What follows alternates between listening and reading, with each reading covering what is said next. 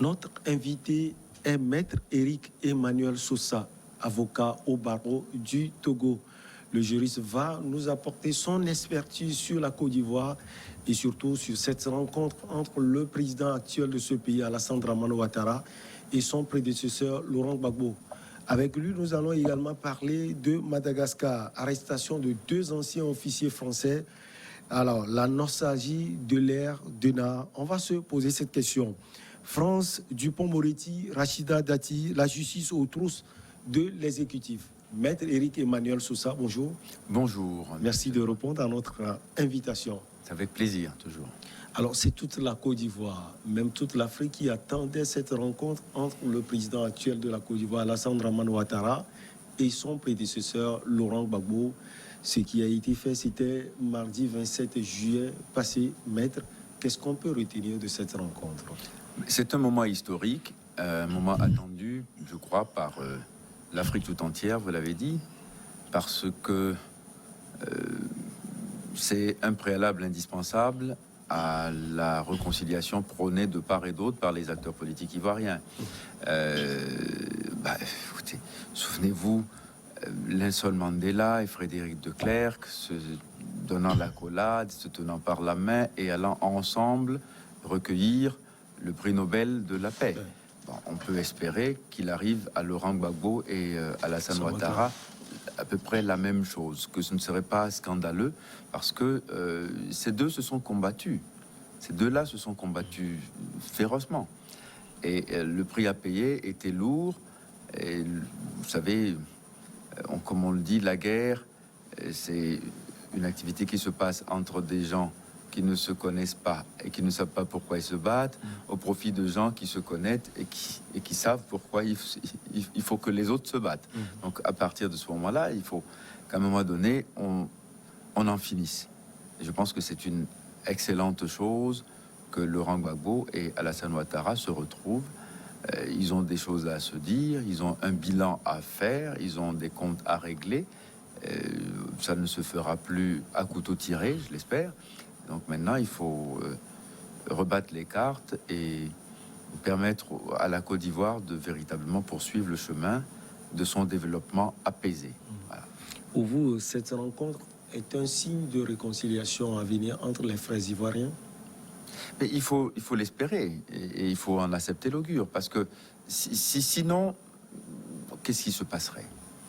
Laurent Gbagbo est rentré depuis un mois déjà de son exil qui a duré 10 ans. Bon, qu'est-ce qu'il faut qu'il se passe? Il ne va pas à distance regarder en chien de faïence le régime en place. Si, quelles que soient ses propres ambitions, dont il n'est pas question aujourd'hui, l'œuvre de réconciliation doit être constatée et il ne peut commencer qu'avec le préalable que lui et Alassane Ouattara se remettent à peu près à diapason des attentes de la population ivoirienne et de l'Afrique tout entière d'ailleurs, parce que c'est vrai, on le dit pas assez, mais ce qui se passe en Côte d'Ivoire interpelle l'intégralité de la sous-région. La Côte d'Ivoire est un pays majeur, la Côte d'Ivoire est un pays qui, à bien des égards, doit à chaque fois être pionnier et leader, parce que quand vous allez en Côte d'Ivoire, presque 30% de la population est d'origine étrangère. Et c'est l'un des creusets du melting pot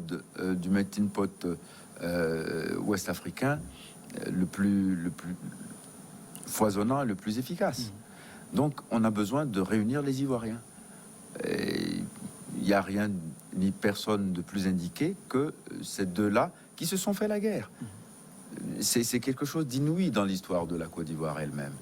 Mais ça s'est produit, et aujourd'hui, bon, ces deux même retrouvent le chemin de la sagesse et se disent non, il faut absolument que nous donnions l'exemple. Ce serait bien que d'autres Ivoiriens, ayant regardé ça, se disent s'ils l'ont fait, nous pouvons le faire. Parce que bon, ce sont eux qui se sont battus en fait, et d'autres sont morts à cause de l'un et l'autre. D'autres ont tué à cause de l'un et l'autre. Donc, s'ils se mettent ensemble, ça veut dire que le voisin et le cousin qui se sont battus eux aussi, peuvent se mettre ensemble aujourd'hui.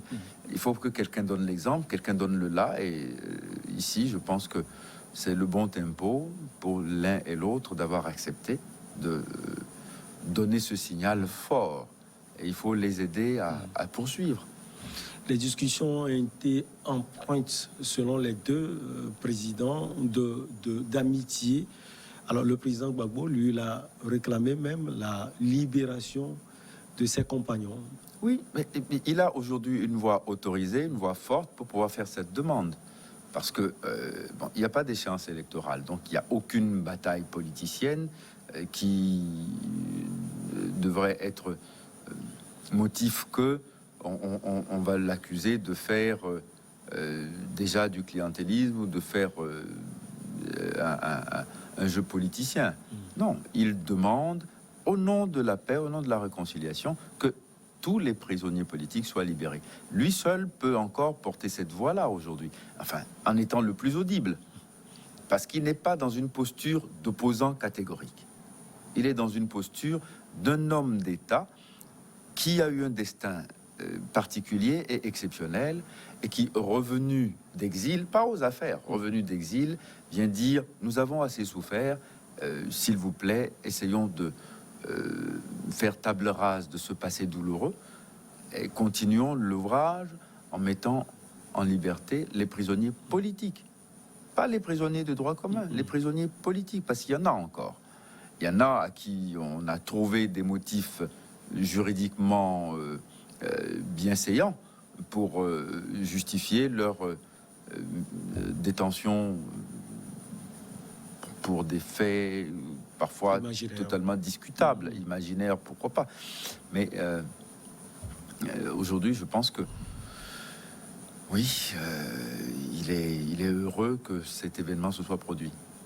Alors pour le président Alassane Dramane Ouattara, les gens oublient qu'on s'était appelé, les gens oublient également que nous étions des amis. Oui, parce que la façon dont les choses ont dégénéré fait oublier qu'on a été des amis. Ils l'ont été. Vous savez, en politique, les amitiés sont toujours un peu feutrées. Hein. Il faut pas s'y frotter de trop, parce que bon, ça peut partir en vrille. Mais bon, il est courant que dans la vie politique, des gens aient été des amis. On a parfois été camarades de classe, on a parfois fait nos armes dans des entreprises ou dans des gouvernements, et puis après, on se retrouve, on s'affronte.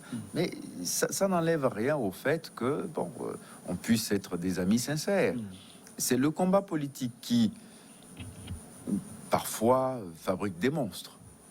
Voyez-vous, moi qui fais métier de tous les jours d'avoir un contradicteur, mais mes adversaires judiciaires ne sont jamais des ennemis. On s'affronte à la barre et après la salle d'audience, on se fait des accolades qui parfois contrarient et bourrifent nos clients. Je dis mais attendez, je ne sais pas, moi, mais maître, est-ce que c'est encore possible que vous puissiez me défendre efficacement si vous êtes aussi proche de votre adversaire, de votre contradicteur? Donc, dans l'arène politique aussi, on a des contradicteurs. On n'est pas d'accord idéologiquement sur beaucoup de choses. Et c'est pour ça qu'il y a justement diversité d'opinions. Et c'est ce qui fait l'intérêt du multipartisme. S'il faut tous penser la même chose, aussi bien du développement, de l'éducation, de la santé, alors bon, on n'avait qu'à rester en parti unique. Donc il y a nécessairement et fondamentalement dans le jeu politique des oppositions fortes. Ces oppositions fortes ne sont pas elles-mêmes complètement ennemies de quelques amitiés. Maître, il faut des étapes propédeutiques pour aller à la paix et à la réconciliation. Vous pensez que cette rencontre est une véritable étape vers cette paix et cette réconciliation en Côte d'Ivoire? Oui, absolument. Je veux dire, le geste est quand même fort et ce qui est enfin extrêmement positif, c'est que ça arrive dès le début du séjour de Laurent Gbagbo. À peine un mois après son retour, on a déjà ce signal fort qui est donné et on s'inscrit dans une dynamique de paix ou d'apaisement, en tout cas, du débat politique. Ça, c'est le signal que je crois qu'il faut retenir. C'est la chose la plus intéressante dans l'affaire, en fait. Les accolades et ces effusions entre vieux amis qui se retrouvent, c'est autre chose. C'est plus loin le signal que ça donne. Et ce serait bien que on le regarde dans uniquement sa positivité, parce que, bon, sinon, si on commence à se lancer encore dans des calculs politiciens, on ne va pas en finir. Et on va perdre le bénéfice de la beauté cathartique de la chose. Les gens pensent qu'il faudrait aller au-delà de cette rencontre. Qu'est-ce qu'il faut faire concrètement? Mais le au-delà, ça veut dire d'autres rencontres. Le au-delà, ça veut dire établir ensemble une plateforme véritable qui va peut-être aussi envisager l'indemnisation de certaines victimes. Par exemple, ça peut être une bonne chose. C'est toujours l'État ivoirien. Laurent Gbagbo, quand il a comparu la dernière fois à la présidence, c'était en tant qu'ancien chef d'État, ancien président de la République, pas autre chose. Ancien président de la République. Je crois qu'il faut retenir ça principalement. Il n'est pas venu en d'autres qualités que ça. Voilà. Donc, voilà. Allez, on passe à Madagascar. À Madagascar, justement, 2 Français ont été inculpés pour atteinte à la sûreté de l'État. Ils sont accusés d'avoir prévu l'assassinat du président de la République, Andry Rajoelina. Alors, maître, notre question est ici, est-ce qu'on peut penser à l'époque ou bien à l'ère d'Hénard? Bon, malheureusement, Denard a toujours des émules. Les méthodes Barbouzard n'ont pas disparu. Souvenez-vous, il y a 2 mois, on parlait de personnages arrêtés en Centrafrique, français aussi, ça peut être une coïncidence, qui avaient des projets, dit-on, de déstabilisation de l'État, des projets d'assassinat du chef de l'État. Bon, ce dossier est en cours. On ne sait plus depuis l'annonce de leur arrestation ce qui s'est passé, mais bon, il est intéressant de suivre la suite des événements en Centrafrique, comme il sera intéressant de suivre la suite des événements ici aussi, parce que arrêter des gens à qui on impute des intentions aussi criminelles est une chose. Démontrer qu'il y avait effectivement la constitution d'un réseau avec un projet aussi grave et lourde de conséquences que l'assassinat d'un chef d'État étranger, parce qu'ils ne sont pas malgaches. Pareil qu'il y en a un qui a la double nationalité. Oui. Bon, mais quand bien même, ce seraient des sujets étrangers qui seraient venus pour faire le coup de poing à Madagascar, comme on l'a toujours fait. Sous l'époque de Nard, vous en parliez, oui, effectivement. Mais bon, j'espère que au fur et à mesure, parce que bon, on a l'impression que Denard seul savait faire, et depuis qu'il n'est plus là, on ne sait plus faire. Tous ceux qui ont voulu lui ressembler se sont cassés les dents. En fait, ils s'illustrent par l'échec de leur projet. C'est ça qu'il faut retenir. Denard réussissait et là où les autres échouent. Il avait une certaine expertise de la chose. Je suis assez bien placé pour pouvoir en parler, pour l'avoir affronté plusieurs fois et avoir conduit à sa condamnation, obtenu sa condamnation pour la seule fois de sa vie où il a été condamné à faire de la prison. Bon, il ne l'a pas fait pour d'autres raisons, mais bon. Voilà. Vous l'aviez dit, vous l'avez connu. Qu'est-ce qu'il a d'aussi spécial, maître Éric Emmanuel Sousa? Écoutez, il s'est toujours présenté comme le corsaire de la République. Il avait à sa disposition les services secrets français, parce que c'était ça le secret de Robert Denard. Il avait toujours bénéficié d'une complaisance des services secrets, et quand il agissait, il disait qu'il avait obtenu un feu orange. Le feu orange, ça veut dire qu'on ne lui a pas dit « n'y va pas », on ne lui a pas dit « vas-y » non plus. Donc il essaye de sa propre initiative d'agir en s'assurant de la couverture des services secrets. ça, aujourd'hui, ce n'est plus un secret pour personne. L'assassinat d'Ali Souali, puis l'assassinat du président Abdallah, puis le coup au Bénin à côté en 1977. Tout ça, c'est dans la même veine. Et ensuite, après, le coup d'État contre le président Johar réussit lui aussi, mais dans des conditions rocambolesques. Bon, mais tout ça fait partie d'une époque, tout ça fait partie d'une conception géopolitique qui a disparu, parce que Denard n'était pas protégé que par la France. Denard était aussi un agent des Sud-Africains. Dans l'archipel des Comores et dans les Mascareignes, il y avait des positionnements importants, géopolitiques, à prendre, et Denard les protégeait. Donc, vous voyez, on est sorti de cette logique-là, mais malheureusement, il y a encore des gens, souvent d'anciens militaires, comme Denard lui-même d'ailleurs, qui s'inscrivent dans cette veine et veulent faire encore du coup de poing en Afrique. Bon, ben c'est une forme de tourisme à laquelle il faudra mettre fin par des décisions honnêtes, sévères, parce que c'est comme ça qu'on arrivera à dissuader. Sur le dossier de l'assassinat du président André Rajoelina, bon, je suppose que... projet. Oui. Alors, vous avez sans doute été en profondeur du dossier. Qu'est-ce qui s'est passé réellement? Vous parlez du président Rajoel? Oui. Non, écoutez, on vient de les arrêter, ils sont inculpés, mais bon, moi je suis toujours assez prudent. Ouais. Quand on me dit qu'on a arrêté quelqu'un et dès l'arrestation, on impute des choses, je suis toujours... Alors, parce que, bon, vous savez quoi? Quelle que soit l'horreur que l'acte reproché peut nous causer, la présomption d'innocence est une notion sacrée pour moi. Et je ne peux pas verser dans le chorus d'accusation et d'indignation parce qu'on dit qu'on a arrêté des gens qui avaient projet de tuer un chef d'État étranger. Non, je veux savoir un peu plus.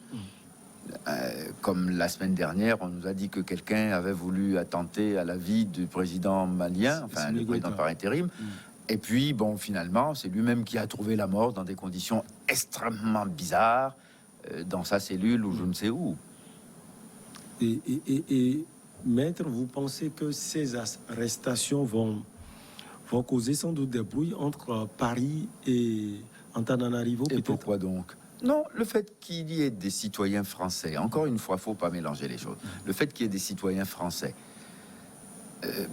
attirés par l'appât du gain, qui s'inscrivent dans une forme de délinquance, parce que ce n'est que ça. C'est du mercenariat, bête et méchant. Hein.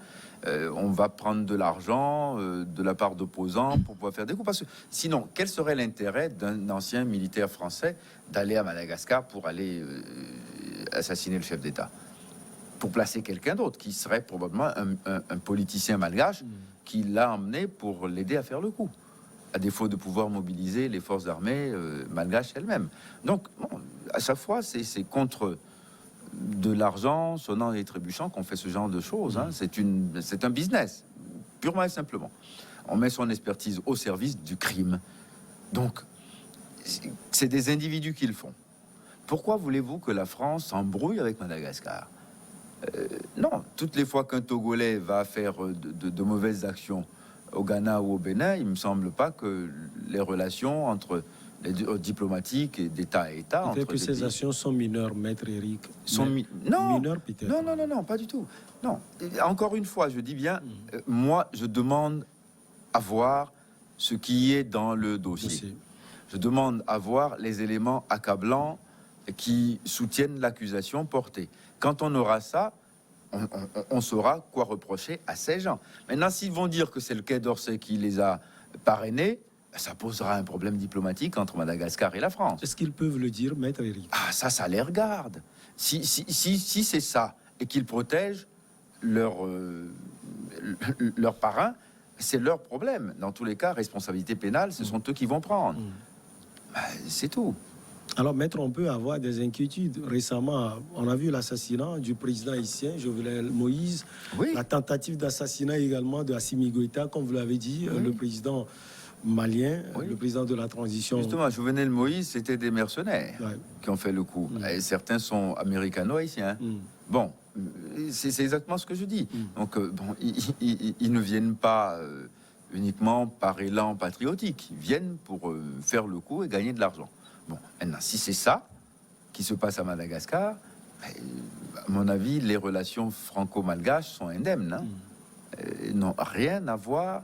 Si ces gens-là, ce que je pense sincèrement, n'ont rien à voir avec les pouvoirs politiques français, il n'y a rien à craindre sur la santé des relations diplomatiques entre la France et Madagascar. Ce jeune président a été élu récemment, démocratiquement d'ailleurs. Qu'est-ce qui peut motiver cette tentative de la part de ces hommes? Écoutez, c'est à eux de le dire. Parce que moi, personnellement, enfin, je sais pas. Le président Rajoelina a il a des contenteurs, il a des opposants qui s'expriment d'ailleurs assez librement à Madagascar. Hein. Bon, il n'a pas été élu avec 100% des suffrages exprimés. Donc à partir de ce moment-là, il peut avoir des ennemis. Bon, maintenant, certains ont l'inimitié qui dégénère en haine. Et en politique, la haine ne fait jamais que de gros dégâts. On peut rien gagner avec ça. Et avoir pour projet politique de faire assassiner un opposant au pouvoir, enfin oui, c'est bien ça, hein, parce que bon, celui qui est au pouvoir dont on ne veut pas dont on conteste la légitimité, on est son opposant, n'est-ce pas? Donc bon, vouloir ça, c'est quelque chose qui est à proscrire dans le jeu, dans les habitudes et dans le langage politique. Donc à partir de ce moment-là, si c'est vrai et qu'il y avait ce projet, eux-mêmes d'abord en tant qu'auteurs et leurs commanditaires doivent répondre devant la justice, impérativement. Alors, maître, la justice serait en possession des preuves matérielles confirmant leur implication dans la préparation d'un attentat contre le chef de l'État. La procureure a cependant refusé d'en dire plus sur cette affaire en matière judiciaire. Pourquoi elle refuse d'aller... Voilà ce qui est gênant. Voilà ce qui est gênant. Honnêtement, il y a des silences qui sont très dérangeants et en fait qui affaiblissent. Si vous avez des éléments de preuve contre des gens à qui il peut être potentiellement reproché des faits aussi graves, tout de suite, vous devez les faire apparaître. Pour qu'il n'y ait pas de débat, pour qu'on ne vous accuse pas après d'avoir fabriqué les preuves ou d'avoir essayé d'arranger et d'habiller les choses. Donc, à chaque fois qu'un pouvoir politique choisit le silence, comme ça s'est passé au Mali la semaine dernière, on n'a jamais rien su de ces gens, on n'a jamais rien su, on a arrêté 2 personnes, on n'a jamais rien su vraiment de quelle est leur motivation, qui ils sont, quel est leur pédigré en tant que citoyen. Et puis subitement, on apprend que bon, l'un est décédé en détention. Mais ça jette un voile, mais très déformant sur tout ce qu'on va dire après. Donc même le projet criminel, il devient questionnable. Parce qu'on se dit, mais c'est trop gros pour être vrai. Alors le gars, on ne sait pas s'il a avoué, ce qu'il a avoué, etc. Et puis maintenant, il n'est même plus là pour dire quoi que ce soit. Attendez, quel est l'intérêt? Non mais non, sincèrement, c'est un peu la même chose. Je mets les 2 affaires sur le même plan. Donc il faut qu'on nous dise vite ce qu'on sait, ce qu'on a vu et quelles sont les preuves, qu'on les montre. Comme ça, au moins, on met le peuple à contribution de l'enjeu judiciaire que l'on veut donner. Mais sinon, ça devient une histoire politicienne. Allez, on passe en France. Dupond-Moretti, Rachida Dati, la justice aux trousses de l'exécutif. L'affaire Dupond-Moretti, Rachida Dati, c'est quelle affaire, justement? Bon. Là encore, mais en même temps, je voudrais qu'on série les choses et qu'on fasse le départ obligatoire entre les 2 affaires. Le seul point commun, c'est qu'ils ont tous les 2 été garde des Sceaux. Enfin, l'un est toujours garde des Sceaux, l'autre l'a été. Donc, et on ne leur reproche pas du tout la même chose. Bon, on reproche à Éric Dupond-Moretti d'avoir commis une prise illégale d'intérêt en voulant régler des comptes à des magistrats qui s'étaient occupés d'affaires qui le concernaient en tant qu'avocat lorsqu'il était avocat. Bon, lorsqu'il était un champion des prétoires. Maintenant, il est devenu garde des Sceaux et on lui reproche d'utiliser ce pouvoir en tant que garde des Sceaux pour régler des comptes à des magistrats avec qui il avait eu à ferrailler. Bon. Forcément, il dénie tout cela. Forcément, il est persuadé qu'il y aura non-lieu parce qu'il n'y a aucun élément de preuve contre lui. Je serais ravi qu'il soit lavé de tout soupçon parce que je ne comprends pas pourquoi il y a cet acharnement contre lui, parce que Éric Dupond-Moretti, bon, vous le connaissez? Un peu, particulièrement. un peu. Ouais. On a eu à partager le prétoire, ouais. Mais c'est pas un avocat lambda. Éric Dupond-Moretti devenu garde des Sceaux, c'est un symbole fort. Et il faudrait pas qu'on abîme ce symbole. C'est ça ce que je veux dire par là. Hein, c'est ça. C'est-à-dire, c'est un avocat très efficace. Personnellement, je trouve que Éric Dupond-Moretti en a quitté le barreau. C'est le barreau qui est affaibli. Ouais. Non, il faut des grandes gueules comme la sienne. On en a besoin dans les prétoires. Il en faut. Ouais. Bon, maintenant qu'il est garde des Sceaux, il est un peu plus contenu. C'est ce qui me dérange. Et il a perdu un peu de sa superbe et un peu de sa gouaille efficace. C'est ça le problème. Bon, mais c'est un choix, il l'a accepté. C'est une aventure humaine, intéressante, et j'espère qu'il en sorte grandi. Maintenant, on veut l'affaiblir, et ça, je ne l'approuve pas. Bon, maintenant, il faut que les choses qui lui sont reprochées soient encore confirmées, parce que être mis en examen ne veut pas dire que vous êtes accusé. Ouais. Il faut encore qu'on aille au bout du processus et que après vous vous trouviez définitivement inculpé. Ouais. C'est pas encore le cas, et donc encore une fois, le bénéfice de la présomption d'innocence totale, et certains réclament sa démission immédiate.